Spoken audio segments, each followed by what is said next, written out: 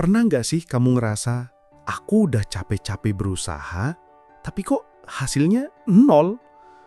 Kenapa orang lain yang kelihatannya biasa aja malah lebih cepat berhasil ya? Kalau kamu pernah ada di fase itu, kamu nggak sendirian. Banyak orang juga ngerasa kayak gitu. Dan hari ini, kita bakal ngobrol jujur soal satu pertanyaan yang sering banget bikin kita overthinking. Kenapa kita bisa gagal bahkan saat udah berusaha sekuat tenaga? Kita sering dibilang dari kecil, kerja keras gak akan mengkhianati hasil. Tapi kenyataannya, kadang kerja keras justru bikin kita lelah tanpa arah. Contohnya kayak jalan di treadmill. Kamu keringetan, ngos-ngosan, capek banget, tapi nggak pindah kemana-mana. Nah, itu karena kerja keras tanpa arah, sama aja kayak usaha yang sia-sia. Kamu udah jalan, tapi nggak tahu kemana. Udah capek, tapi ternyata kamu lari ke tempat yang salah. Bisa jadi kamu udah kerja keras, tapi kamu belum kerja cerdas. Bayangin kamu pengen buka usaha kopi. Kamu niat, kamu rajin, bahkan begadang tiap malam belajar resep kopi dari YouTube. Tapi kamu buka di tempat yang sepi dan nggak pernah survei pasar. Kamu nggak tanya, apa orang di sekitar sini suka kopi? Apa mereka lebih suka es teh? Jadi bukan kamu yang gagal, strateginya aja yang nggak pas. Ini sering kejadian. Kita terlalu fokus sama kerja keras, tapi lupa nanya, apakah jalan yang aku pilih ini benar ya?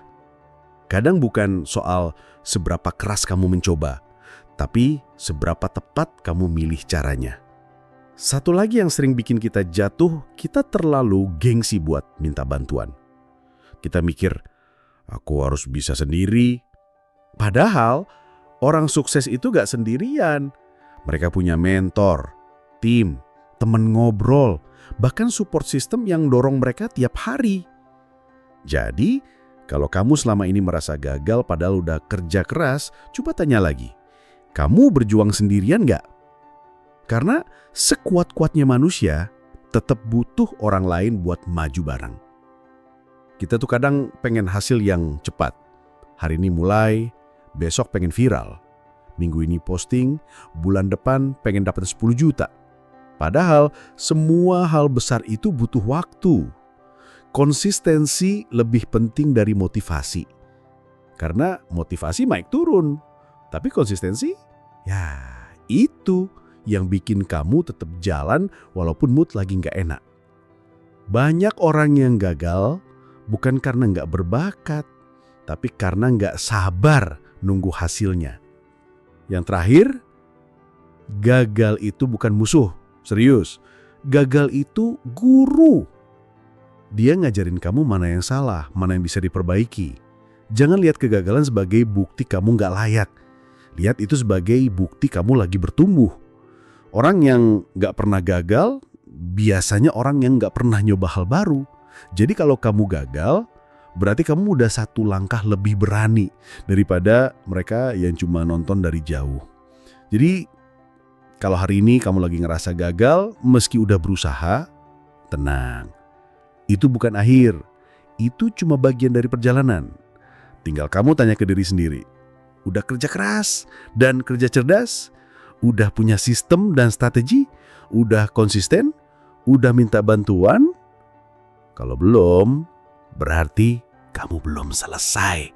Masih ada ruang buat bangkit, masih ada harapan. Dan ingat, gagal itu bukan lawan dari sukses.